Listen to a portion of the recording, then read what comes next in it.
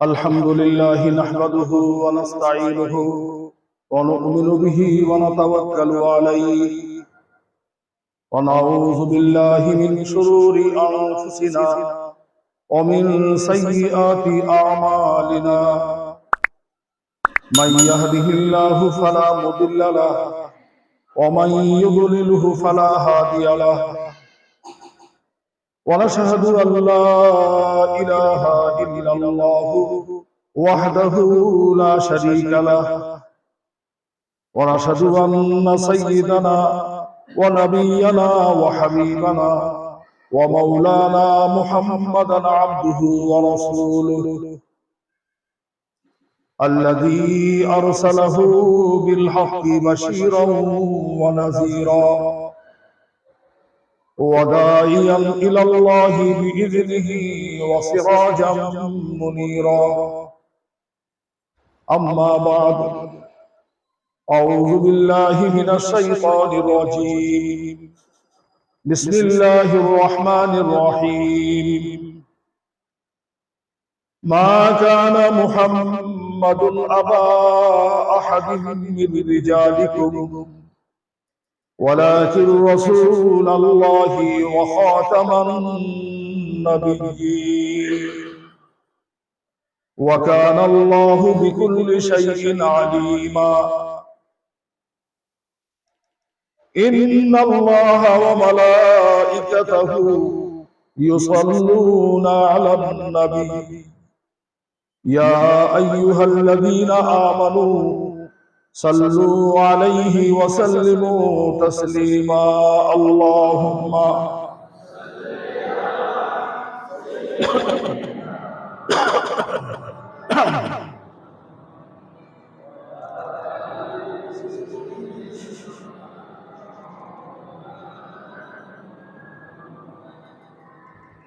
এলোর চাঁদ হাসলো ধরা আধার হলো দূর দুলক ভুলক ছড়ায় আলো প্রিয় নবীর নূর ধরার বুকে প্রিয় নবী নীল আকাশে চাঁদ চুমছে নবীর চরণ ধুলি তার মনের সাধ জানি কিসের আশায় কাদের চাঁদ নয়ন চল চল সাল্লি আলা মুহাম্মাদিন বল সকলে বল আল্লাহুম্মা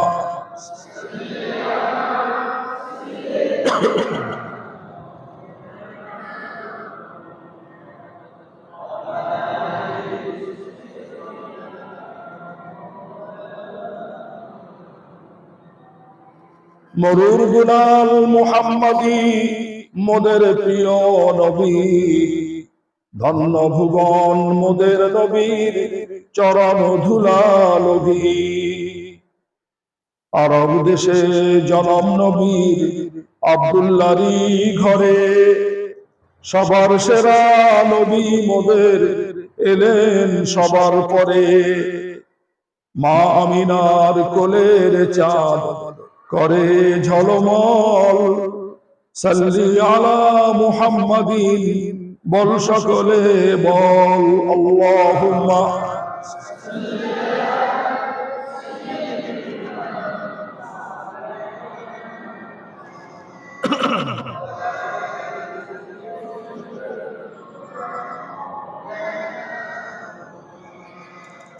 দুর্ভারতে মোদের আবাস নবী মদিনাতে অনেক বাধার বাদ রয়েছে তার মিলন পথে পাপের কুলুস কালি মাখা আমার সারা মুখে কলঙ্কের এই ডালি আমার কোথায় যাব রেখে তবু জ্বলবে কত মনের অনল ঝরবে আঁখি জল সাল্লি আলা মুহাম্মাদিন বল সকলে বল আল্লাহুম্মা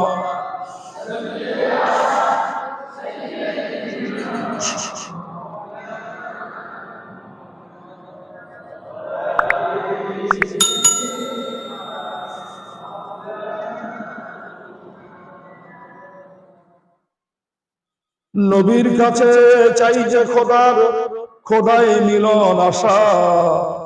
ওগো খোদা দাও ভরে বুক নবীর ভালোবাসা।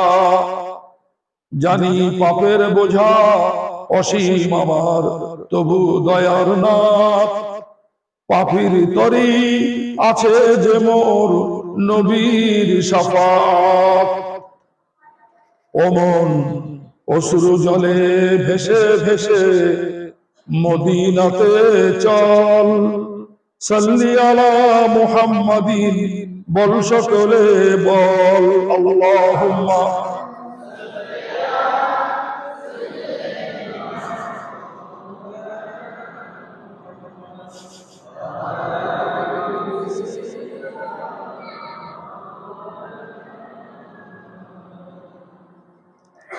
নূর নবী গো খোদার হাবিব, তুমি নূরের আলো।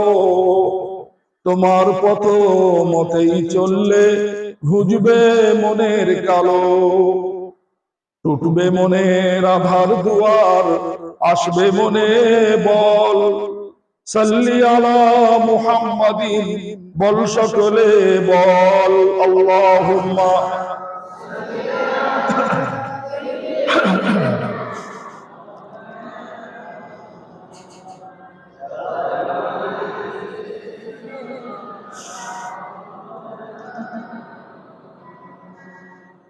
তুমি আলো তুমি ভালো, তুমি আলো আলো। তোমার নূরের কিরণ নিয়াই বিশ্ব জীবন পেল। তুমি আলো তুমি ভালো, তুমি আলো আলো। তোমার নূরের কিরণ নিয়াই বিশ্ব জীবন পেল।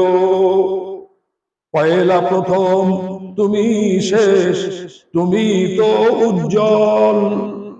সাল্লি আলা মুহাম্মাদিন বল সকলে বল আল্লাহুম্মা।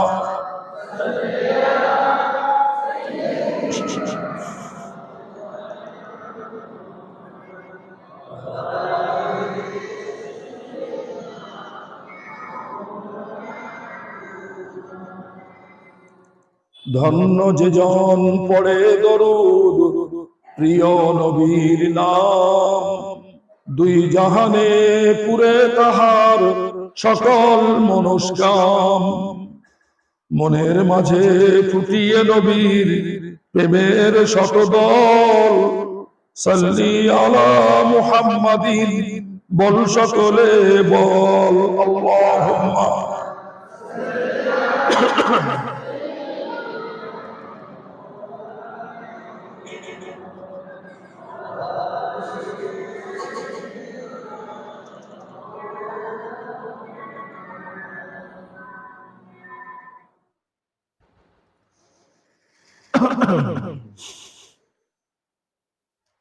قال الله تعالى في كتابه المجيد وفي الفرقان الحميد. أعوذ بالله من الشيطان الرجيم. بسم الله الرحمن الرحيم. حامين والكتاب المبين. إنا أنزلناه في ليلة مباركة إنا كنا منذرين فيها يفرق كل أمر حكيم. صدق الله العظيم. উপস্থিত সমবেত শ্রদ্ধেয় মাননীয় মুআজ্জাজ হাজিরিন মজলিস, আল্লাহ রাব্বুল আলামিন আমাদেরকে বড় ভালোবেসে আজ সারা বছরের মধ্যে একটি পবিত্র রজনীতে, যে রজনীর পাওয়ার পর আল্লাহ পাকের তরফ থেকে, বিশ্ব নবীর তরফ থেকে বহু সুসংবাদ আছে, সেই রজনীতে আমাদেরকে এশার নামাজ বা জামাত পড়ার তৌফিক দান করেছেন। সবাই শুকরিয়া হিসেবে বলি আলহামদুলিল্লাহ। হাদিস শরীফের মধ্যে এসেছে, যে ব্যক্তি এশার জামাত, এশার নামাজ বা জামাত আদায় করলো, সে অর্ধেক রাত ইবাদত করলো, বলুন সুবহানাল্লাহ। আর যে ব্যক্তি ফজরের নামাজ জামাতের সঙ্গে আদায় করলো, সারা রাত ইবাদতের নেকি আল্লাহ পাক তার আমলনামায় দেবেন, বলুন সুবহানাল্লাহ। তো সেই রজনীতে আমাদেরকে ঈশার নামাজ বা জামাত পড়ার তৌফিক দান করেছেন। তারপরে পরেই সুন্নত জামাত আদায়ের পর আল্লাহ রাব্বুল আলামিন আমাদেরকে এই রজনী সম্পর্কে কিছু মূল্যবান কথা শোনার জন্য, শ্রবণ করার জন্য একটা মজমুয়ার অনুষ্ঠিত করার তৌফিক দান করেছেন এবং সেই মজমুয়াতে আমাদেরকে অংশগ্রহণ করার তৌফিক দান করেছেন। সবাই শুকরিয়া হিসেবে বলি আলহামদুলিল্লাহ। আজকেকার রাতকে আমরা ফারসি শব্দ ব্যবহার করি শবে বরাত। সব মানে রাত, এটা ফারসি শব্দ। বরাত মানে রেহাই, খালাসি। আরবি থেকে কি বলা হয়? লাইলাতুন নিসফি মিন শাবান, শাবান মাসের 15 তারিখের রাত, মধ্যরাত মানে 15 তারিখের রাত।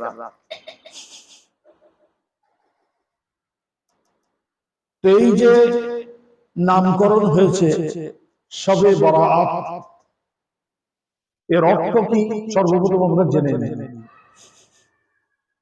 বারাত শব্দের অর্থ একদল যারা শবে বরাতকে অস্বীকার করে তারা বিকৃতি ব্যাখ্যা দিয়েছে।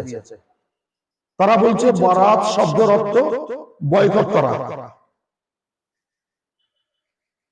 যার কারণে এই রাতকে তারা বয়কট করেছে। এই রাতকে তারা বয়কট করেছে। এটা অন্য রাতের মতো একটি রাত, এই বলে তারা গণ্য করেছে। বিকৃতি ব্যাখ্যা। তার কারণ আরবি শব্দের সঠিক বিশ্লেষণ, সঠিক ব্যাখ্যা জানতে গেলে সাহিত্য, যেটাকে বলা হয় আদব, এ সম্পর্কে জ্ঞান থাকতে হবে। আর সাহিত্যের জ্ঞান অর্জন করতে গেলে ভাষা জ্ঞান থাকতে হবে। ভাষা জ্ঞান পাওয়া যাবে কোত্থেকে? লোগত থেকে। লোগত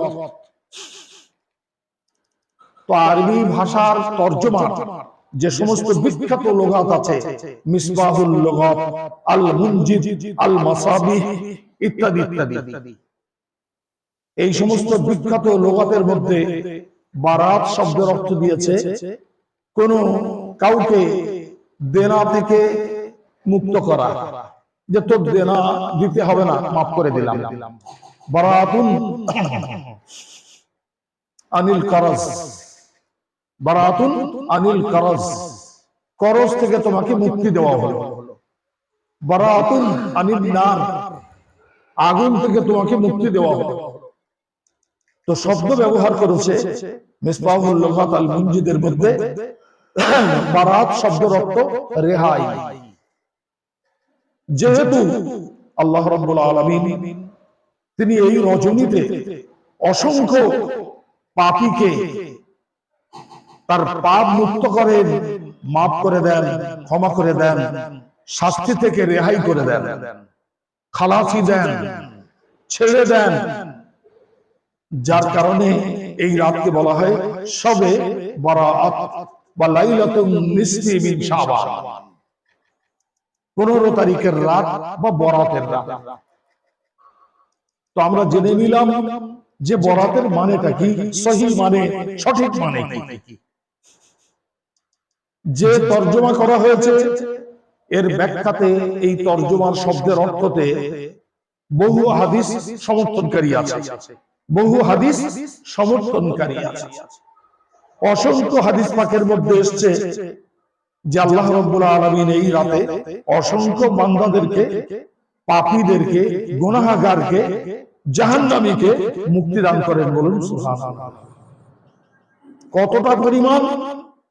গত জুমায় আপনারা শুনেছেন জিবরিল আমিনের হাদিস,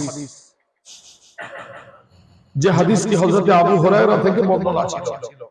তার মধ্যে আপনারা শুনেছেন যে বনু কালব গোত্রের যত বকরি আছে তার গায়ে যত লোম আছে, আরবের দেশে তখনকার সময়ে যে মাল নিয়ে মানুষ ফখর করত সেই মালের মধ্যে হচ্ছে উট, দুম্বা, বকরি। এই সমস্ত তুজ্জাররা, এই সমস্ত ব্যবসায়ীরা সবচেয়ে বড় ব্যবসায়ী ছিল। যেমন আমাদের সময়ে নানান ধরনের কোম্পানি হয়েছে, সব বড় বড় কোম্পানি। তখনকার বকরি কোম্পানি, দুম্বা কোম্পানি, উট কোম্পানি, এসব নাম করা কোম্পানি।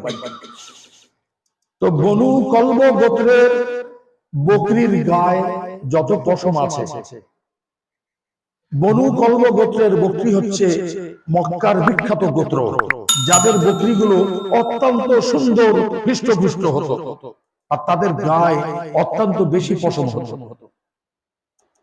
তো আল্লাহ রাসূল সাল্লাল্লাহু আলাইহি ওয়াসাল্লাম জিজ্ঞাসা করলেন জিবরিল আমিনকে যে আল্লাহ পাক আমার উম্মতের মধ্যে কতজনকে মাফ করবেন?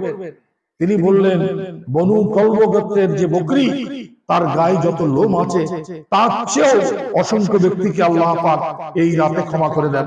বলুন সুবহানাল্লাহ। তো এই বারাত শব্দের যে অর্থ মুক্তি, এই হাদিস সমর্থন করছে যে আল্লাহ রাব্বুল আলামিন গুনাহগারকে জাহান্নামীকে এই রাতে মুক্তি দান করেন। বলুন সুবহানাল্লাহ। এই হচ্ছে বারাত শব্দের সঠিক অর্থ। এই শবে বরাতের রজনী সম্পর্কে বিরাট মতবাদ, মতনৈক্য, ইখতিলাফ, মতভেদ। এর ভিতরে তিনটা দল হয়ে গেছে। কটা দল? তিনটা দল হয়ে গেছে। একটা দল তারা বলছে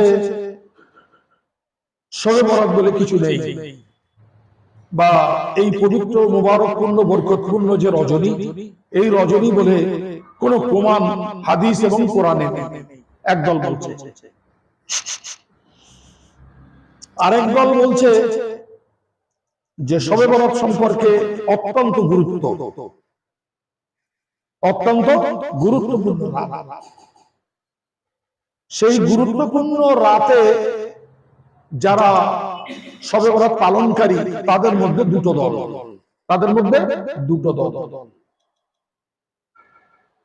বেশিরভাগ শবে বরাত পালনকারীর মধ্যে যারা সবচেয়ে বেশি অতিরঞ্জিত বাড়াবাড়ি করে, অতিরঞ্জিত ভাবে বাড়াবাড়ি করে এবং অমুসলিমদের শিয়ার অবলম্বন করে এই রাতকে তারা পালন করে। এই কথা কে বলেছেন? মা সাবাতা বিসুন্নাহ একটা কিতাবের নাম, লেখকের নাম শেখ আব্দুল হক মুহাদ্দিস দেহলভী রাহমাতুল্লাহ আলাইহি। যে আব্দুল হক দেহলভী রাহমাতুল্লাহ আলাইহি সর্বপ্রথম আমাদের ইন্ডিয়াতে বা ভারতবর্ষে সেহায়ে সিত্তা অর্থাৎ 6টি যে বিশুদ্ধ হাদিস সর্বপ্রথম নিয়ে আসেন আব্দুল হক মুহাদ্দিস দেহলভী রাহমাতুল্লাহ আলাইহি। সেই মুহাদ্দিস আব্দুল হক সাহেব রাহিমাহুল্লাহ তিনি বলছেন যে এই শবে বরাত পালনার্থে ভারতবর্ষের মুসলমানরা তারা বেশিরভাগ অমুসলিমদের সঙ্গে ওঠা বসা করার কারণে তাদের শিয়ারগুলো অবলম্বন করে তারা কি করে, আমরা ছোটবেলা থেকে দেখে আসছি, শবে বরাতের রাত্রি সন্ধ্যাবেলা মোমবাতি জ্বেলে দেয় ঘরের দরজায় লাইন দিয়ে, কবরস্থানে মোমবাতি জ্বেলে দিয়ে ধূপ জ্বেলে দিয়ে আসে। শবে বরাত উপলক্ষে মেলা বসে, শবে বরাত উপলক্ষে পটকাবাজি হয়। এই যে পটকাবাজি, এটা তো অমুসলিমদের শিয়া, তারা তাদের ধর্মীয় কোন অনুষ্ঠানে তারা কি করে, এইরকম পটকাবাজি করে। সবাই বুঝতে পারছি ভাই? তারা ধর্মীয় অনুষ্ঠানে এরকম মোমবাতি জ্বালায়। মানে অমুসলিমদের যে সমস্ত শিয়া সাদৃশ্য সেইগুলো অবলম্বন করে একদল কেন বেশিরভাগ, একদল কেন বেশিরভাগ 100 জনের মধ্যে 90 জন এইভাবে এই পবিত্র রজনীকে পালন করে, যেটা চরম পর্যায়ের অপরাধ এবং এই রাতের সঙ্গে বেএহতেরামি, অবমাননা। এই রাতের সাথে অবমাননা করা, রাতের খায়ের বরকত পাওয়ার জায়গায় উল্টে গুনাহ অবলম্বন করা। তো এই কিতাবের মধ্যে শায়েখ আব্দুল হক মুহাদ্দিস দেহলভী রাহমাতুল্লাহ আলাইহি তিনি বর্ণনা দিয়েছেন যে বেশিরভাগ ভারতবর্ষের সম্প্রদায়, মুসলিম সম্প্রদায় শবে বরাতকে এইভাবে পালন করে। তাহলে কটা দল হলো? একদল বয়কট, আর একদল শবে বরাত মানে বটে, এত অতিরঞ্জিত করে, যেটা করণীয় সেটা করে না, যেটা বর্জনীয় সেটা করে। 3 নম্বর দল হলো মধ্যমপন্থী। আমরা আলহামদুলিল্লাহ, বলুন সুবহানাল্লাহ, যারা অপেক্ষায় আছি যে আমাদের ইমাম হাদিস থেকে, কোরআন থেকে যে আমলের কথা, যে ভাবে এই রাতকে পালন করার কথা তিনি বলবেন, ইনশাআল্লাহ আমরা তার উপরেই আমল করব। কি বলেন না ইনশাআল্লাহ? তো আমরা সেই মধ্যম দলভুক্ত, বলুন সুবহানাল্লাহ। তাহলে এই 3 নম্বর যে দলটা, এদের সম্পর্কেও বলবো, মধ্যম যারা পন্থা অবলম্বনকারী, আর যারা বয়কটকারী তাদের সম্পর্কেও বলবো। তার কারণ এটা তো কারোর বাপ পেলে সম্পত্তি নয় যে আমি এবং আপনি বয়কট করে দেবো। আল্লাহ পাক কাউকে যদি কোনো নিয়ামত দেয়, তো পৃথিবীর কোনো বান্দার অধিকার নেই সেই নিয়ামতকে ছিনিয়ে নেওয়া, ফেলে দেওয়া। কি বলেন ভাই? বয়কট করার অধিকার কার আছে? যদি থাকে একমাত্র আল্লাহ পাকের আছে, বান্দাদের কারোর ক্ষমতা নেই। সেই সম্পর্কে আমি কিছু কথা রাখবো, সেটা পরে। আমি সর্বপ্রথম পবিত্র কোরআনে কারীমের যে আয়াত তেলাওয়াত করেছি সেই আয়াত সম্পর্কে বলবো। সূরা দুখান পারা নম্বর 25, একেবারে প্রথমেই আয়াত।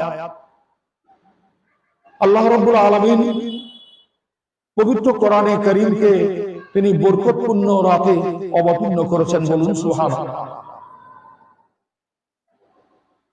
ইন্না কুল্লা মুনজিরিন ইন্না আনজালনাহু কুরআনান আরাবিয়্যা।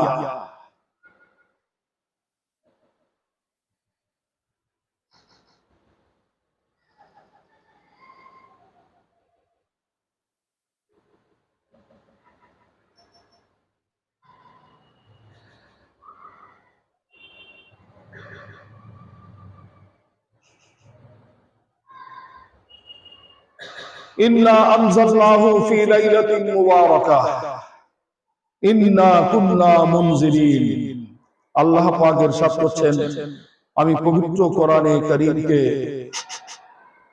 বরকতময় রাতে অবতীর্ণ করেছি, এই জন্য যে আমার বান্দাদেরকে আমি হুঁশিয়ার করে দেব, সাবধান করে দেব। কোন রাস্তা অবলম্বন করলে তারা আমার ভালোবাসা পাবে, আমি তাদের প্রতি সন্তুষ্ট হব, আর কোন রাস্তা অবলম্বন করলে আমি তাদের প্রতি গজব দেব, লানত দেব, অসন্তুষ্ট হব। তাদেরকে ভয় দেখাবার জন্য আমি পবিত্র কোরআনে কারীমকে বরকতময় রাতে অবতীর্ণ করেছি। ফিহা ইউফরাকু কুল্লু আমরিন হাকিম। যে রাতে আমি অবতীর্ণ করেছি সেই রাতে আরো বহু গুরুত্বপূর্ণ আমল, গুরুত্বপূর্ণ বিষয়, সেই বিষয়গুলোর চূড়ান্ত সিদ্ধান্ত নিয়ে আমি পৃথক করে দিয়েছি, আলাদা করে দিয়েছি। অর্থাৎ যা করার আমি তয় করার করে আমি ফেরেশতাদেরকে সুবুদ্ধ করে দিয়েছি।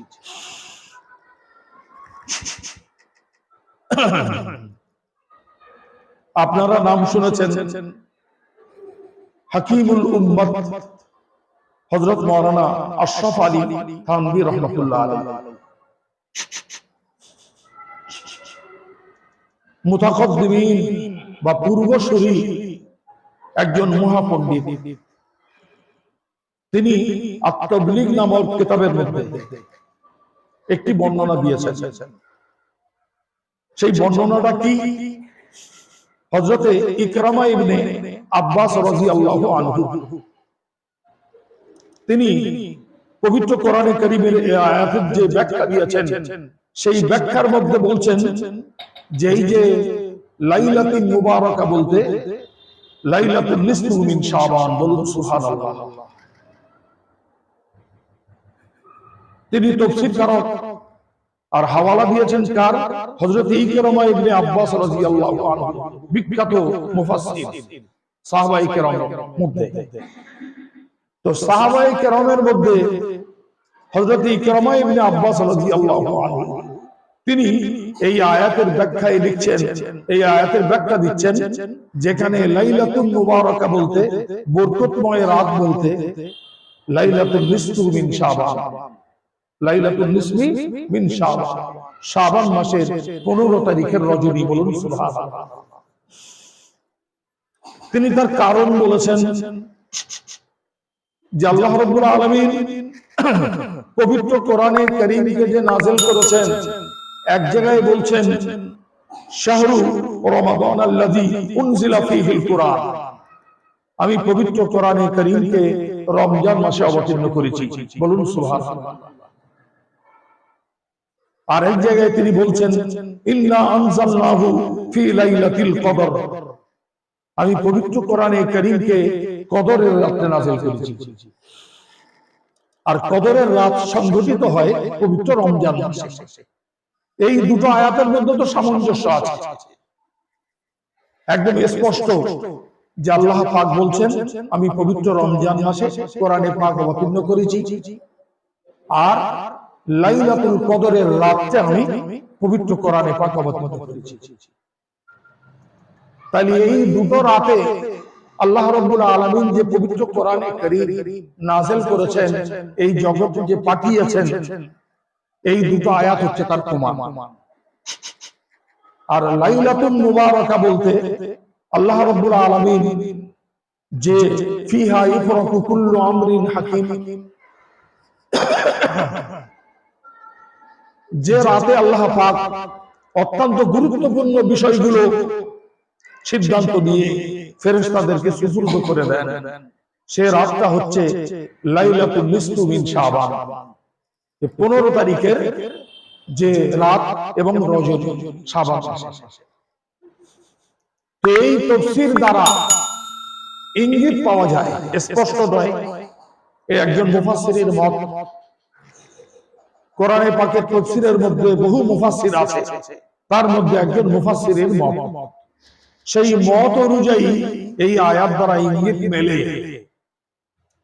তার কারণ পরবর্তীতে আল্লাহ পাক বলছেন যে আমি এই রাতে অত্যন্ত গুরুত্বপূর্ণ বিষয়ের সিদ্ধান্ত নিই, ফয়সালা করি। হাদিস শরীফের মধ্যে এসেছে, হাদিস শরীফের মধ্যে এসেছে একদম পরিষ্কার হাদিস।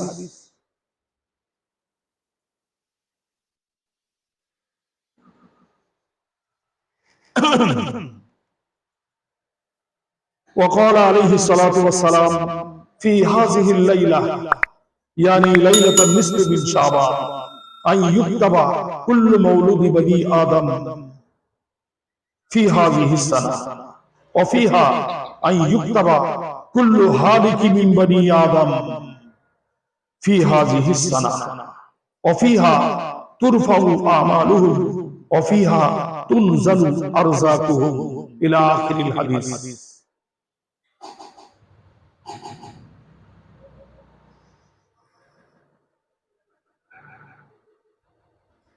এই হাদিসটা হলো বাইহাকী শরীফের হাদিস। এই হাদিস শরীফের মধ্যে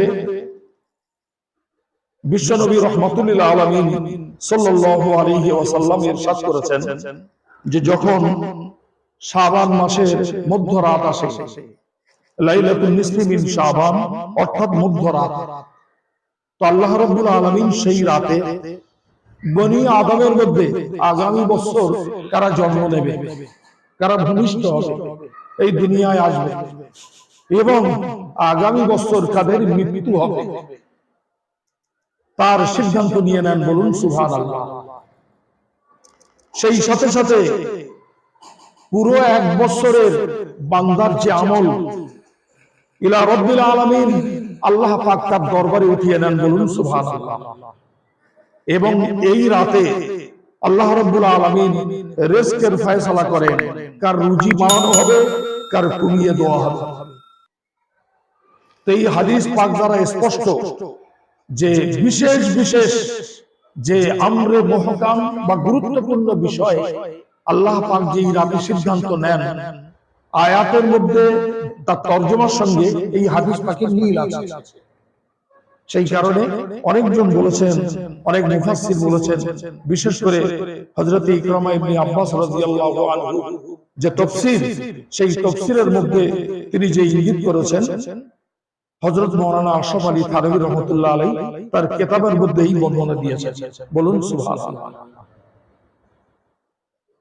এছাড়াও আরো একটি হাদিস, وقال عليه الصلاة والسلام إذا كانت ليلة النصف من شعبان فقوموا ليلها وصوموا يومها فإن الله تعالى ينزل فيها لغروب الشمس إلى السماء الدنيا فيقول على من مستغفر فأغفر له على مسترزق فأرزقه على مبتلى فوافيه على كذا على كذا حتى يطلع الفجر। বিশ্ব নবী রাহমাতুল লিল আলামিন সাল্লাল্লাহু আলাইহি ওয়াসাল্লাম ইরশাদ করছেন যে যখন শাবান মাসের 15 তারিখের রজনী আসে তো তোমরা কি করো, সেই রাতকে ইবাদতে কাটাও, নফল ইবাদতের মধ্যে কাটাও। কুমু লাইলা, আর দিনের বেলা তোমরা রোজা রাখো। এই হাদিস পাকে স্পষ্ট এবং পরিষ্কার। কেন?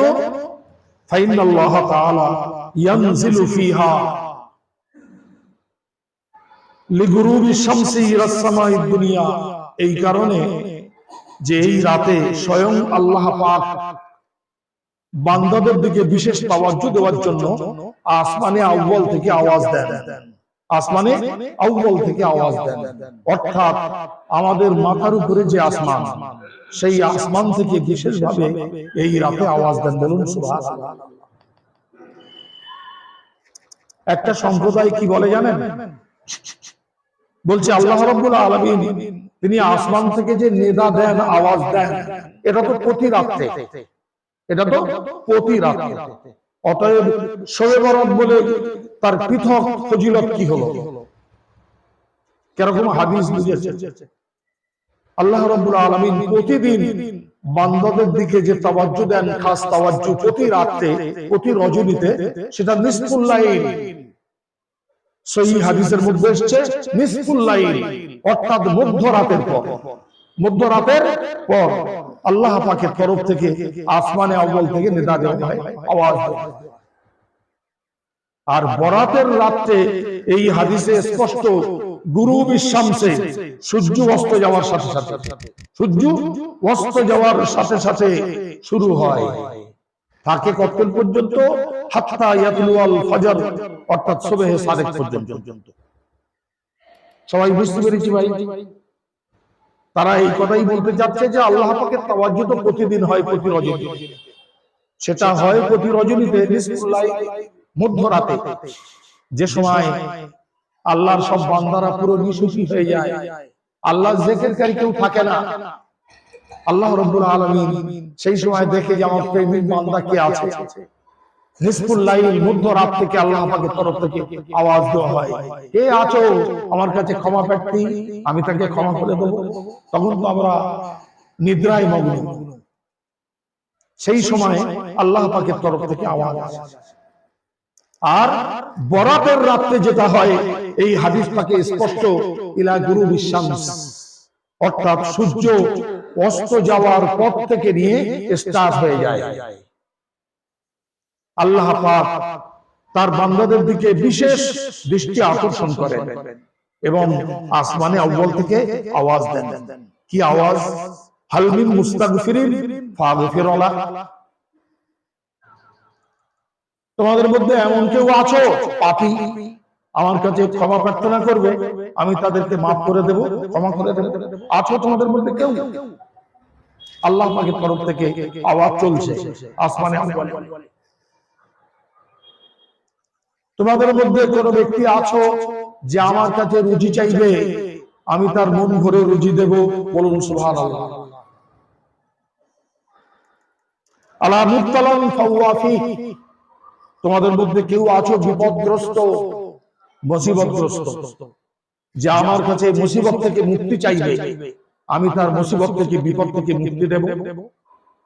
এই রকম ভাবে আলা কাজা আলা কাজা এই হাদিস পাকের মধ্যে বলছে। এছাড়াও আরো অনেক কথা বান্দাদের দিকে সম্বোধন করে আল্লাহ পাক আওয়াজ দেন, বলুন সুবহানাল্লাহ।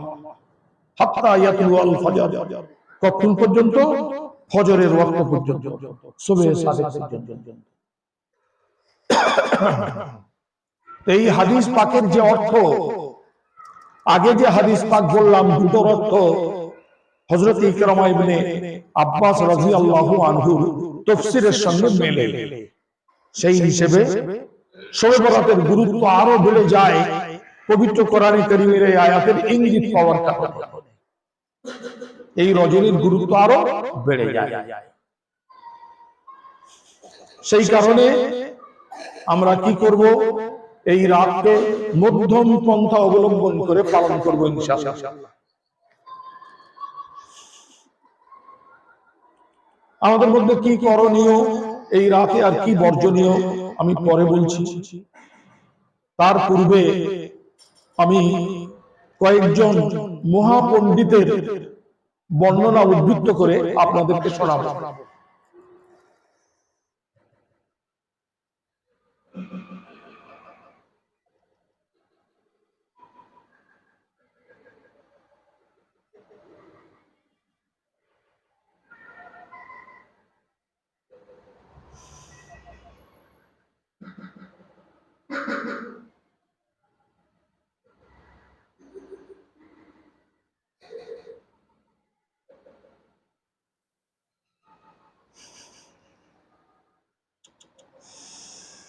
শবে বরাত সম্পর্কে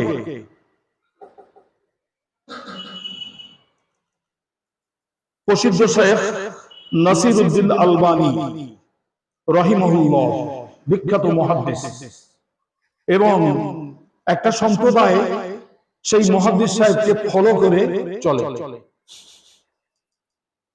তিনি শবে বরাত সম্পর্কে হাদিস উল্লেখ করেছেন। সিলসিলাতুল আহাদিসিস সহিহা কিতাবের নাম, লেখককে শেখ নাসিরউদ্দিন আলবানী। তিনি বলেছেন যে সমস্ত রিওয়ায়েত বা বর্ণনা শবে বরাত সম্পর্কে পাওয়া গিয়েছে তার মধ্যে বেশ কিছু হাদিস আছে যেগুলো গ্রহণযোগ্য এবং আমলের যোগ্য, যে হাদিসগুলো আমলের যোগ্য। এবং এই যে রজনী, এটা অতি গুরুত্বপূর্ণ রজনী। এটা শেখ নাসিরউদ্দিন আলবানী কোন কিতাবের মধ্যে লিখেছেন? সিলসিলাতুল আহাদিসিস সহিহা, পৃষ্ঠা নম্বর, অধ্যায় নম্বর 3, পৃষ্ঠা নম্বর 135 139। এই অধ্যায়ের মধ্যে তিনি বরাত সম্পর্কে যে সহিহ হাদিসগুলো পেয়েছেন তার কিতাবে উল্লেখ করেছেন। আমরা সবাই জানি যে শেখ নাসিরউদ্দিন আলবানী কত বড় পণ্ডিত এবং মুহাদ্দিস, আমরা সবাই জানি। আল্লামা ইবনে তাইমিয়া, তার যারা ভক্ত ওই সম্প্রদায় তারা কেউ ফলো করে। ইবনে তাইমিয়া তিনিও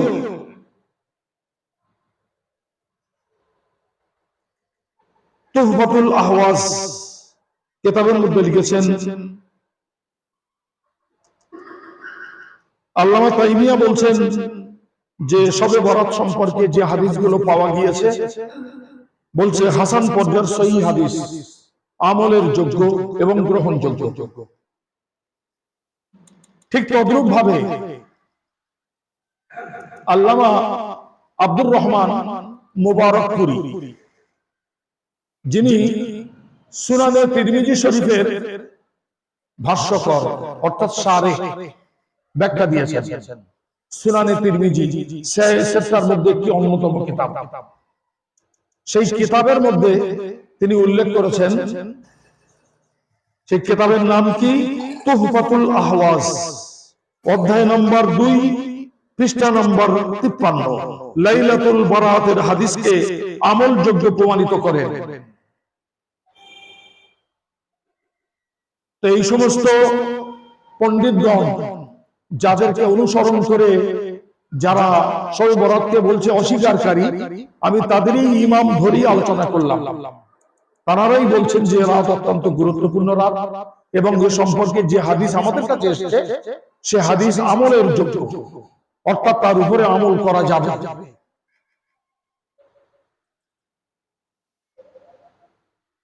এখন আমরা যে হাদিসগুলোর উপরে আমল করব এবং এই রাতে আমাদের করণীয় কি, বর্জনীয় কি, যেহেতু আমরা বয়কটের লোকও নয়, বয়কট পার্টিও নয়, আর আমরা অতিরঞ্জিত বাড়াবাড়ির লোকও নয়, কি বলেন ভাই? আমরা মধ্যম পন্থার মানুষ। যে বিশ্বনবী সাল্লাল্লাহু আলাইহি সাল্লাম এই রাতে কি আমল করেছেন, তার সাহাবারা এই রাতকে কেমন ভাবে পালন করেছেন, আমরা সেটা জানবো এবং তার উপরেই আমল করবো ইনশাআল্লাহ। কি বলেন ভাই? তো এর আগে তো আমি কয়েকটা হাদিস আপনাদের সামনে বর্ণনা দিয়েছি। তার মধ্যে হযরত আয়েশা রাদিয়াল্লাহু আনহা থেকে বর্ণনা আপনাদেরকে শুনিয়েছি। আরো একটি বর্ণনার মধ্যে এসেছে শবে বরাতের কদর বা তার যে ফজিলতের দিক দিয়ে এই হাদিস গুনিয়াতুত তালিবিন কিতাবের মধ্যে হযরত শাহ আব্দুল কাদের জিলানী রাহমাতুল্লাহ আলাইহি লিখেছেন। সে হাদিসটা কি? আল্লাহ রাব্বুল আলামিন এই উম্মতের মধ্যে মুসলমানদের জন্য সারা বছরের মধ্যে দুটো ঈদ দিয়েছেন শুকরিয়া হিসেবে, বলুন সুবহানাল্লাহ। একটা পবিত্র রমজান মাসের শুকরিয়ায় ঈদুল ফিতর, আর আরেকটা ঈদুজ জোহা অর্থাৎ কুরবানির ঈদ। এই দুটো ঈদ দিয়েছেন এই বান্দাদের খুশির উৎসব আল্লাহ পাক দিয়েছেন। ঠিক তদ্রূপ ভাবে ফেরেশতাদেরকেও আল্লাহ রাব্বুল আলামিন দুটো ঈদ দান করেছেন, বলুন সুবহানাল্লাহ। একটা ঈদ কি?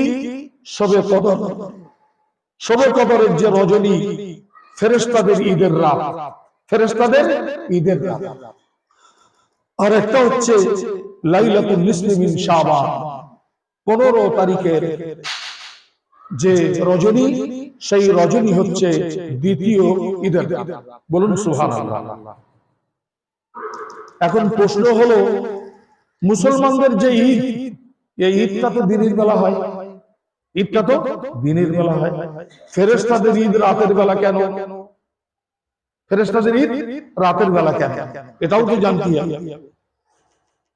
আল্লাহ রাব্বুল আলামিন ইনসানের জন্য, মানব জাতির জন্য তাদেরকে দিনকে মেহনতের জরিয়া বানিয়ে দিয়েছেন, বলুন সুবহানাল্লাহ। আর রাতকে আরাম করার জরিয়া বানিয়ে দিয়েছেন, বলুন সুবহানাল্লাহ। সারাদিন ইনসান মেহনত করে, খাটাখাটি করে, সেই ক্লান্তি দুর্বিধির জন্য আল্লাহ পাক রাতের নিয়ামত দিয়েছেন, আরামের নিয়ামত। তো যেহেতু রাতের বেলা ইনসান আরাম করে, যার কারণে তাদের ঈদ দিয়েছে দিনের বেলা, বলুন সুবহানাল্লাহ। আর আল্লাহর ফেরেশতাদের তাদের দিন রাত, তাদের ঘুম নেই। ঘুমের যে আসরাত এ জিনের আছে, ইনসানের আছে, পশু পাখির আছে, কিন্তু ফেরেশতাদের নেই। আল্লাহ পাকের নূরের তৈরি। ফেরেশতারা না ঘুমলেও ক্লান্ত হয় না, আল্লাহ পাক এমন মাত্রা দিয়ে তাদেরকে সৃষ্টি করেছেন। তো সেই কারণে আল্লাহ রাব্বুল আলামিন যেহেতু মানব জাতির জন্য, তার বান্দাদের জন্য নিয়োজিত করেছেন দিনের বেলা ঈদ, দুই ঈদ একত্রিত হয়ে যাবে। ফেরেশতাদের আলাদা ঈদ দিয়েছেন রাতের বেলা, একটি বরাতের রাত আর একটি কদরের রাত, বলুন সুবহানাল্লাহ। এই বর্ণনাটা কে দিয়েছেন? শাহ আব্দুল কাদের জিলানী রাহমাতুল্লাহ আলাইহি গুনিয়াতুত তালিবিন কিতাবের মধ্যে লিখেছেন। গুনিয়াতুত তালিবিন বিখ্যাত কিতাব, যে কিতাবের বাংলা অনুবাদও হয়ে শায়ে হয়ে গিয়েছে, প্রচার হয়ে গিয়েছে। তো আপনারা শবে বরাতের রাতের গুরুত্ব সম্পর্কে শুনলেন।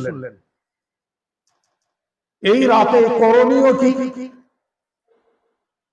গত জুমাতে আপনারা শুনেছেন দুটি হাদিস, তার মধ্যে একটি হাদিসের মধ্যে হযরত আয়েশা রাদিয়াল্লাহু আনহা থেকে বর্ণনা, আর আরেকটা হাদিস হযরত আবু হুরায়রা রাদিয়াল্লাহু তাআলা আনহু থেকে বর্ণনা। আমি সে হাদিস একবার বলে দিয়েছি, আপনারা শুনেও নিয়েছেন, আমি তার থেকেই নিচ্ছি। হযরত আয়েশা রাদিয়াল্লাহু আনহার বর্ণনার মধ্যে বিশ্ব নবীর এই রাতের আমলের মধ্যে দুটো আমল পাওয়া গিয়েছে। কটা আমল? দুটো আমল পাওয়া গিয়েছে। একটা আমল পাওয়া গিয়েছে, তিনি মদিনা শরীফের বিখ্যাত গোরস্থান বাকিউল গারকাদ বা জান্নাতুল বাকি, সেখানে তিনি চলে গিয়েছেন। গিয়ে সমস্ত মুমিনিন মুমিনাত, মুসলিমিন মুসলিমাত এবং শুহাদা সিদ্দিকীনদের জন্য তিনি আল্লাহ পাকের দরবারে দোয়া চাচ্ছেন। প্রত্যক্ষদর্শীকে মা আয়েশা বলছেন যে আমি নিজেই শুনেছি যে বিশ্ব নবী তাদের জন্য দোয়া চাচ্ছেন। বলুন সুবহানাল্লাহ। তো এই আমলটা বিশ্ব নবী করেছেন আর মা আয়েশা নিজে দেখেছেন। বিশ্ব নবী যখন এই গোরস্থানে যান তখন কিন্তু মা আয়েশাকে বলে যান। এর দ্বারা স্পষ্ট এবং পরিষ্কার যে এই রাতে বিশ্ব নবী গোর জিয়ারত করেছেন, আমাদের করা যাবে, আমাদের করা যাবে, তবে যে পদ্ধতিতে করেছেন সেই পদ্ধতিতে। উনি গুনাহ করে মা আয়েশাকে জানতে দেননি। যদি মা আয়েশাকে উনি বলতেন যে তুমি আমার সাথে এসো, আমি গিয়ে দোয়া করব, গোরস্থানে গিয়ে তুমিও আমিন আমিন বলবে, তাহলে আমরা সম্মিলিত ভাবে গোরস্থানে গিয়ে জিয়ারত করতে পারতাম। বিশ্বনবী নির্ঝুমে গোপনে একা গিয়েছেন যাতে কেউ না জানে। তো এই আমলটা করা যাবে, অর্থাৎ এই রাতে গোর জিয়ারত করা যাবে। শুধু করা যাবে না, আমার এবং আপনার হক, আমরা যে পিতামাতার ওসিলায় এই জগতের বুকে এসেছি, তাদের উপরে আমাদের হক আছে, হ্যাঁ কিনা বলুন ভাই? তো এই রাতে সবচেয়ে বেশি মা এবং বাপের জন্য, পিতা এবং মাতার জন্য, দাদা দাদির জন্য, নানা নানির জন্য, পূর্বপুরুষদের জন্য বিশেষভাবে দোয়া চাওয়া। তার কারণ বিশ্ব নবী যে দোয়া চেয়েছেন সমস্ত মুমিনিন মুমিনাতের জন্য, বিশ্ব নবী দোয়া চেয়েছেন শুহাদাদের জন্য, সিদ্দিকীনদের জন্য। তাহলে আম মুমিনিন মুমিনাতের জন্য বিশ্ব নবী দোয়া চেয়েছেন, আবার খাস ভাবেও দোয়া চেয়েছেন। তো আমরা আম ভাবে দোয়া চাইবো তামাম মুমিনিন মুমিনাত, আর সেই সাথে মাতা এবং পিতাকে বিশেষভাবে দোয়া চাইবো, হ্যাঁ কিনা বলুন? তাদের ওসিলায় তো আমরা পৃথিবীতে এসেছি, তাদের অবদান নিয়ে তো আমরা চলছি। অনেক সন্তান এমনও আছে, আমার কাছে খবর এসেছে যে অনেক সন্তান এমনও আছে যে মায়ের কাছ থেকে ক্ষমা চেয়ে নেবে সেরকম সুযোগ পায়নি, মায়ের মৃত্যু হয়ে গেছে, হয়তো কোনো খারাপ আচরণ করে বসে আছে। আল্লাহ রাব্বুল আলামিন তাদেরকেও ক্ষমা করে দেবেন। ঠিক ক্ষমার জন্য কি করতে হবে? যে মায়ের কাছে অনুতাপী হওয়া দরকার ছিল, যে মায়ের খেদমত এবং সেবার দরকার ছিল, এখন সেই মা সেই বাপ তারা এমন জায়গায় অবস্থান করছে অত্যন্ত মুখাপেক্ষী, অত্যন্ত মুহতাজ। এই সময় তুমি যদি সেই পিতা এবং মাতার জন্য কিছু পাঠাও, তো আল্লাহ রাব্বুল আলামিন সেই ওসিলায় তোমার সেই অপরাধগুলোকে ক্ষমা করে দেবেন। বলুন সুবহানাল্লাহ। আল্লাহ পাক স্বয়ং বান্দাদেরকে অন্য দোয়ার আগে তিনি বলছে আমার কাছে দোয়া চাও, রব্বির হামহুমা কামা রাব্বায়ানি সগীরা। তোমরা আমার কাছে কি দোয়া চাও? যে আমার পিতা এবং মাতার প্রতি তুমি রহম করো, তুমি দয়া করো। তারা আমার শৈশবে আমাকে গর্ভে নিয়ে আমার প্রতি যে দয়া দেখিয়েছিল, অন্তত তার বিনিময়ে আমি তো কিছু করতে পারিনি, তুমি অন্তত তাদের প্রতি রহম করো। আল্লাহ পাক নিজে বান্দাকে শিখিয়ে দিয়েছেন কিভাবে পিতা এবং মাতার জন্য দোয়া চাইতে হবে। ইনশাআল্লাহ আমরা দোয়া করব। ইনশাআল্লাহ আমরা প্রত্যেকেই এমন যে হয়তো মাতা এবং পিতার চুল পরিমাণ, শস্য পরিমাণ হক আদায় করতে পারিনি। আমরা প্রত্যেকেই এমন। তার কারণ একজন মায়ের এক কতরা দুধ সারা জীবন যদি সেবা করে তবু তার বিনিময় হবে না। তাহলে আমরা কি বা খেদমত করেছি, কি বা সেবা করেছি। কিন্তু আল্লাহ পাক বান্দার প্রতি বড় খুশি হয়। যে বান্দা মা এবং বাবার মৃত্যুর পরে তাদের জন্য আল্লাহ পাকের দরবারে রহমতের দোয়া চাই, মাগফিরাতের দোয়া চাই, বলুন সুবহানাল্লাহ। পবিত্র কোরআনে কারীমে সেই কারণেই বান্দাকে উৎসাহিত করেছে দোয়া করার জন্য। আর অন্য কোনো দোয়ার কথা বলেননি, বলেছেন যে তোমরা পিতা এবং মাতার জন্য দোয়া চাও। হ্যাঁ কিনা বলুন ভাই? তো ইনশাআল্লাহ আমরা সবাই দোয়া চাইব, চাই পিতা এবং মাতার সাথে ভালো ব্যবহার করে থাকি, আর চাই খারাপ ব্যবহার করে থাকি। সর্ব অবস্থায় আমরা আল্লাহ পাকের দরবারে মাতা এবং পিতার মাগফিরাত কামনা করব, তাদের প্রতি রহম করার জন্য দোয়া চাই ইনশাআল্লাহ। তাহলে একটা আমল পাওয়া গেল, এই বরাতের রাতে করা যাবে। তবে দলবদ্ধ হয়ে মাইকে অ্যানাউন্স করে ইমাম সাহেবকে নিয়ে আমরা জিয়ারতে যাব, সবাই জড়ো হও ময়দানে, চলবে না। এরকম চলবে না। বিশ্ব নবী থেকে যেটা নেই সে আমল যত ভালো হোক না কেন আল্লাহ পাকের দরবারে অগ্রাহ্য, গৃহীত না। ইনশাআল্লাহ আমরা এইভাবে করব। আর নয়তো বাইক নিয়ে সারা দুনিয়াময় যত মাজার আছে ঘুরে ঘুরে পাকাচ্ছি, আর আমার পিতা এবং মাতা গোরস্থানে পড়ে রয়েছে, তার এখনো পর্যন্ত জিয়ারত হলো না। এই কি শবে বরত পালন? এটাই কি বরত পালন করা হলো? কি বলেন ভাই? তো যেটা করণীয় সেটা করুন। মা এবং বাপের জন্য দোয়া চা, মুমিনিন মুমিনাতের জন্য দোয়া চা, যেটা বিশ্ব নবী করেছেন, আমরা করব ইনশাআল্লাহ। 2 নম্বর আমল পাওয়া গেল যে বিশ্বনবী সাল্লাল্লাহু আলাইহি সাল্লাম তিনি জিয়ারতের পর যখন ফিরে গেলেন, তো মা আয়েশা জিজ্ঞাসা করলেন যে আপনি কাপড় পরিবর্তন করে কি করবেন? হাদিস তো অনেক লম্বা। মা আয়েশা হাঁপাচ্ছিলেন। বিশ্বনবী গিয়ে বুঝতে পারলেন যে তুমি হাঁপাচ্ছ কেন? তোমার কি এরকম সন্দেহ হলো যে আমি তোমার প্রতি জুলুম করব? মানে তোমাকে ছেড়ে আমি অন্য কারো কাছে যাব, এরকম সন্দেহ হলো তোমার? তখন মা আয়েশা ক্ষমা চাইলেন। ক্ষমা চাওয়ার পরে তারপরে আল্লাহ রাসূল সাল্লাল্লাহু আলাইহি ওয়াসাল্লাম মা আয়েশাকে সম্বোধন করে বললেন, জানো আজকের কি রাত? আজকের এমন একটি রাত যে রাতে আল্লাহ পাক গুরুবে শামস, সূর্য অস্ত যাওয়ার পর এই রাত যখন শুরু হয়, আসমানে আউয়ালে এসে নেদা দেয়, আওয়াজ দেয়, এবং এই রাতে বিশেষ বিশেষ আগামী বছর কারা ভূমিষ্ঠ হবে, কারা মরবে, সে সম্পর্কে একদম চূড়ান্ত সিদ্ধান্ত করে আল্লাহ পাক ফেরেশতাদেরকে সুপুর্দ করে দেন, হাওয়ালা করে দেন, এবং বনি আদমের আমল আল্লাহ পাক তার দরবারে তুলে নেন, 1 বছরের আমল। বলুন সুবহানাল্লাহ। তারপরে বিশ্বনবী সাল্লাল্লাহু আলাইহি সাল্লাম নামাজে রত হয়ে গেলেন। নামাজে রত হয়ে যাওয়ার পরে এত লম্বা সেজদা করলেন যে মা আয়েশা সন্দেহ হয়ে গেল। মা আয়েশার সন্দেহ হয়ে গেল। কি সন্দেহ? যে বিশ্বনবী হয়তো আর দুনিয়ায় নেই। তিনি পিঠি হাত দিয়ে হাতের আঙুল ধরে টানছে, পিঠি হাত দিয়ে দেখছে, মাথায় হাত দিয়ে দেখছেন যে বিশ্বনবী জীবিত আছেন কিনা। যখন স্পন্দন পেয়ে গেলেন তখন বিশ্বনবী যে জীবিত আছেন তার যে আনন্দে তিনি আত্মহারা। তো বিশ্বনবী সাল্লাল্লাহু আলাইহি সাল্লাম সেই রাতে যে অনেক লম্বা নামাজ পড়েছেন, এটাও মা আয়েশার বর্ণনা থেকে স্পষ্ট হলো। তাহলে এই হাদিস পাকের মধ্যে 2টো আমল স্পষ্ট হলো। একটা কি যে গোর জিয়ারত করা, আর একটা কি নফল নামাজ পড়া। এই হাদিস পাক থেকে।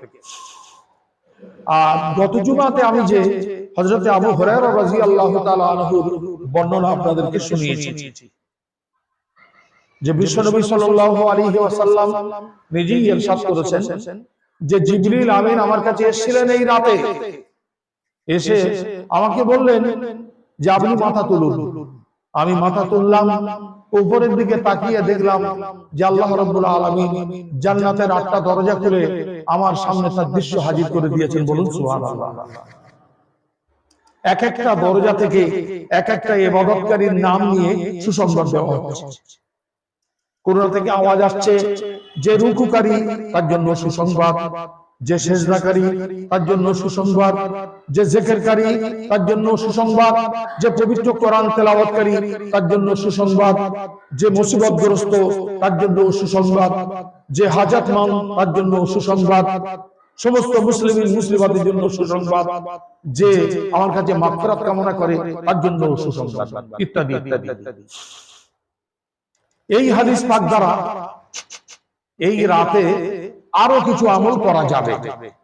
গোর জিয়ারত ছাড়া পবিত্র কোরআনে কারীম তেলাওয়াত করা এবং জিকির করা, নামাজ পড়া এবং সেই সাথে সাথে ইস্তেগফার, আল্লাহ পাকের দরবারে খুব বেশি বেশি ক্ষমা চাওয়া,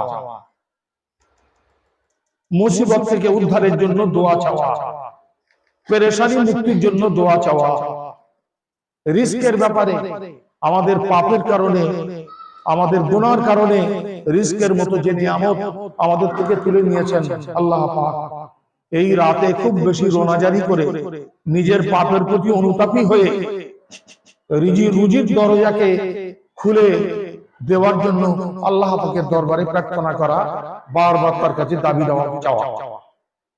কি বলেন ভাই? তাহলে ভিন্ন ভিন্ন ইবাদত এই রাতে করা যাবে, একটা ইবাদতের মধ্যে সীমাবদ্ধ না রেখে। আর এই রাতে এছাড়াও সালাতুত তাসবিহ নামাজ যদি কেউ পড়ার ইচ্ছা করে এ রাতেও করতে পারে, সেও নফল নামাজের মধ্যে গণ্য। তবে যেহেতু ওই নামাজটার একটি বিশেষ ফজিলত আছে, এই নামাজটার একটি বিশেষ ফজিলত আছে, সেই কারণে উত্তরটিব আলাদা। ফজিলত কি?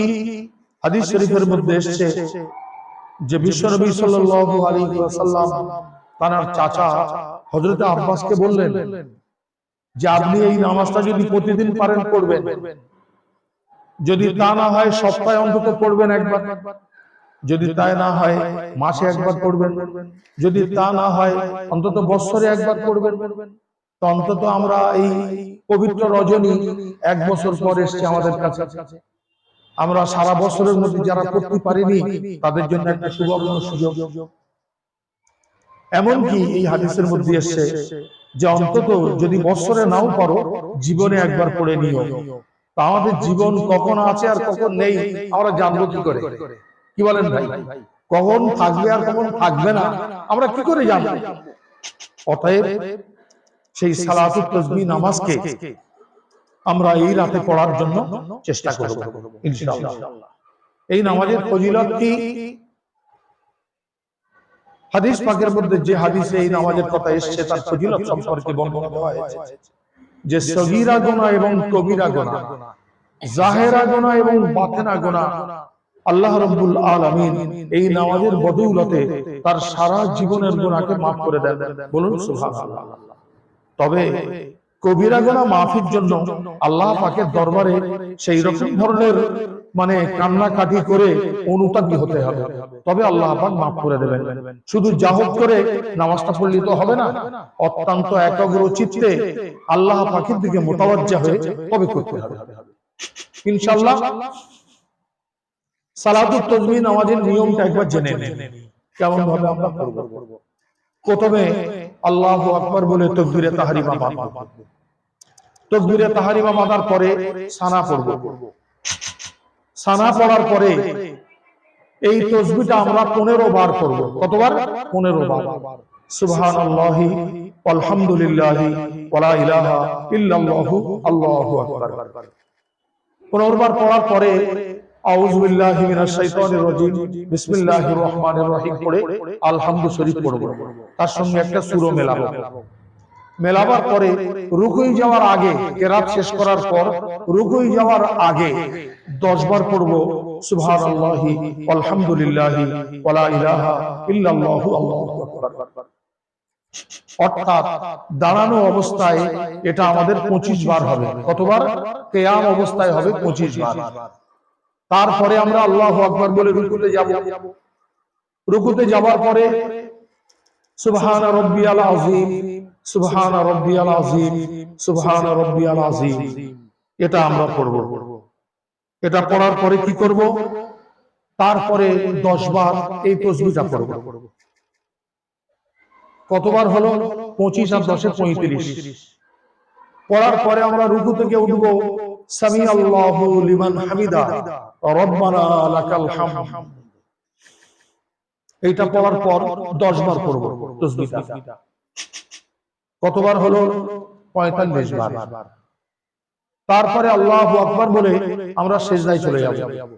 সিজদায় গিয়ে সুবহান রাব্বিয়াল আলা, সুবহান রাব্বিয়াল আলা, সুবহান রাব্বিয়াল আলা 3 বার পড়ব। পড়ার পরে তাসবিহটা পড়ব 10 বার। কত হলো? 45 10 এ 55।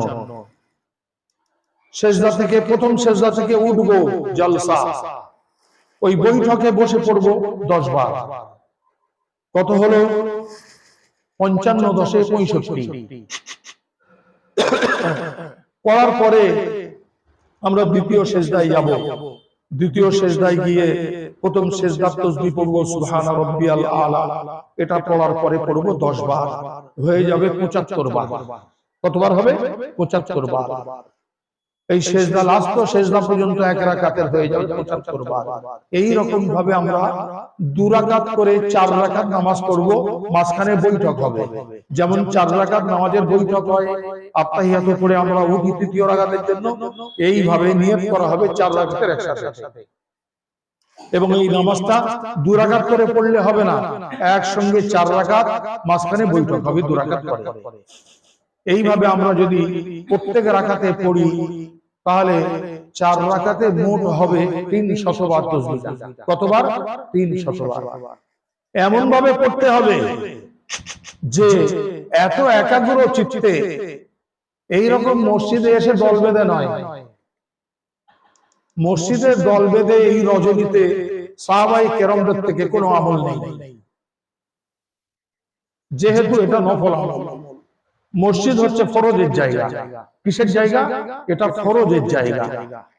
বিশ্বনবী সাল্লাল্লাহু আলাইহি সাল্লাম ফরজ করে তিনি খানকায় চলে যেতেন, আর টাইম হলে তবে খানকা থেকে বার হতেন। ভালো করে শুনবেন ভাই। তাহলে ফরজ পড়ে সুন্নতটা খানকায় গিয়ে পড়তেন কেন? উম্মতকে শিক্ষা দিতে চাচ্ছেন যে মসজিদ হচ্ছে ফরজ নামাজের স্থান, সুন্নত নফলের স্থান হচ্ছে নিজের ঘর। তার কারণ আল্লাহর নবী উৎসাহিত করেছেন যে লা তাদখুলুল বাইতা, লা তাদখুলুল বুয়ুতা কুবুরা, তোমরা তোমাদের ঘরকে কবর বানাইও না। কবর কেন? গোরস্থানে কেউ ইবাদত করে না।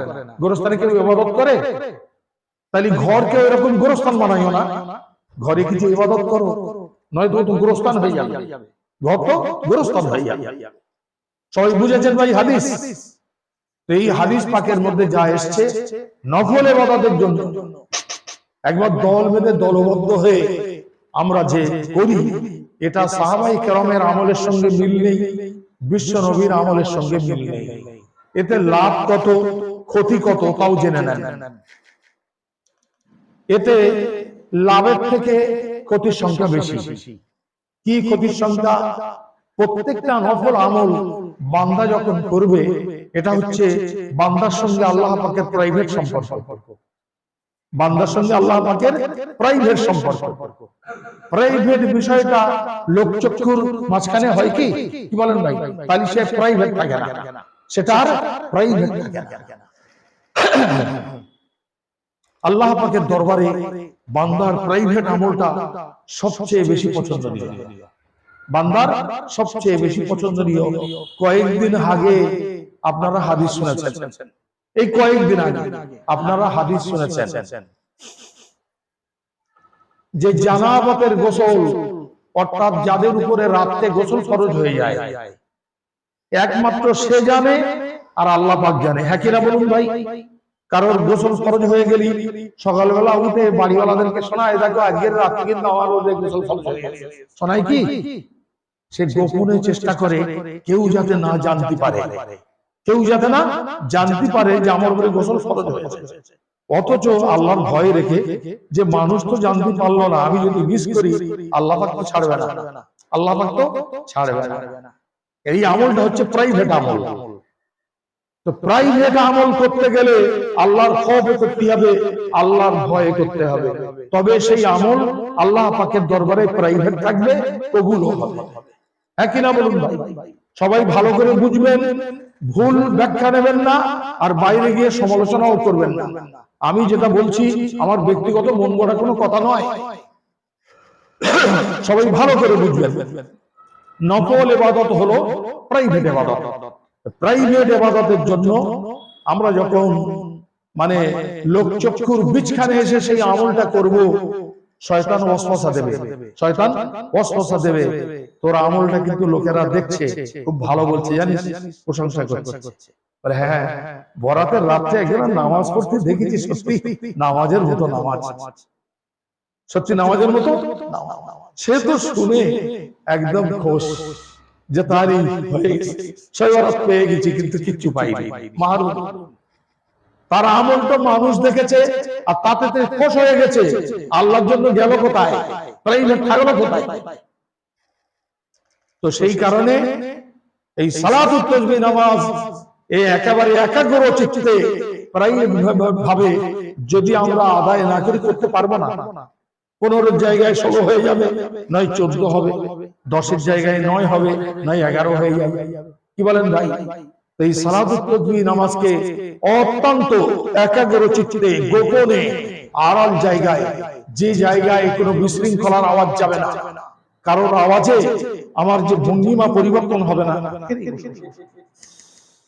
আমার যে ভঙ্গিমা পরিবর্তন হবে না, সেই রকম ধরনের আড়াল জায়গায় গিয়ে একাগ্র চিত্তে যদি আমরা এই নামাজ আদায় করি, তবে হবে মানে আল্লাহ পাকের দরবারে গৃহীত। আর নয়তো এই আমি নামাজ পড়তেছি তুই দেখ, আর নয় তুই গুণ আমি তাসবিহ পড়ি, হবে না, এ নামাজ হবে না। ইনশাআল্লাহ আমরা এইভাবে চেষ্টা করব যে এই রাতে ভিন্ন ভিন্ন ইবাদত যা হাদিস পাকে এসেছে, বিশ্ব নবীর আমল থেকে, সাহাবায়ে কেরামদের আমল থেকে, কিছু নামাজ পড়া, কিছু কোরআন তেলাওয়াত করা, কিছু তাসবিহ পড়া, কিছু জিকির করা, কিছু আল্লাহ পাকের দরবারে ইস্তিগফার, আস্তাগফিরুল্লাহ পড়া, এবং বিপদ মুক্তির জন্য দোয়া চাওয়া, পেরেশানি মুক্তির জন্য দোয়া চাওয়া, পিতা এবং মাতার জন্য মাগফিরাত কামনা করা, এবং বেশি বেশি আল্লাহ পাক তাদেরকে যাতে জান্নাতুল ফেরদাউস নসিব করে তার জন্য আল্লাহ পাকের দরবারে বেশি বেশি দোয়া চাওয়া। এই রকম ভাবে আমরা এই রাতকে ইনশাআল্লাহ শেষ করব। কি বলেন ভাই? ইনশাআল্লাহ। আর হুজুম করে দলাদলি করে আমরা এই শবে বরাতকে পালন করব না, এবং অমুসলিমদের যে সমস্ত সাদৃশ্য এর মধ্যে যদি আমরা ঢুকিয়ে দিই, তাহলে এই রাতের অবমাননা হবে, এই রাতকে সম্মান জানানো হবে না। ইনশাআল্লাহ যারা এই সমস্ত বিষয়ের দিকে অগ্রসর হবে, অন্যায় কাজের দিকে, আমরা হিকমতের সাথে, কৌশলের সাথে তাদেরকে আমরা চেষ্টা করব যে তারা যেন এর থেকে বিরত থাকে, এবং কিচ্ছু না করুক, অন্তত তোরা গিয়ে ঘুমো, তোরা গিয়ে শুয়ে পড়, কিন্তু এই রাতের বেয়াদবি করিস না, এই রাতের বেয়াদবি করিস না। অন্তত ইবাদত না করতে পারিস তাও ভালো, অন্তত বেয়াদবি যেন না হয় এই রাতে। ইনশাআল্লাহ আমরা এইভাবে এই রাতকে শেষ করব, আর প্রত্যেকটা বিষয়ে আমরা ইখলাসের সাথে আমল করবার চেষ্টা করব, রিয়া থেকে বাঁচব। রিয়া থেকে না বাঁচালি সে আমল আল্লাহ পাক কবুল করবেন না। সূরা মাউনের মধ্যে রিয়াকারীদের সম্পর্কে আল্লাহ পাক লানত দিয়েছে। সেই কারণে আমরা রিয়া থেকে নিজেকে বাঁচাবো ইনশাআল্লাহ। কি বলেন ভাই? ইনশাআল্লাহ এইভাবে আমরা এই রাতকে শেষ করব, এবং এই রাতের আমরা সম্মান জানাবো। আল্লাহ রাব্বুল আলামিন আমাদেরকে যতটুকু বলিয়েছেন এবং শুনিয়েছেন তার উপরে সবাইকে আমল করার তৌফিক দান করুন।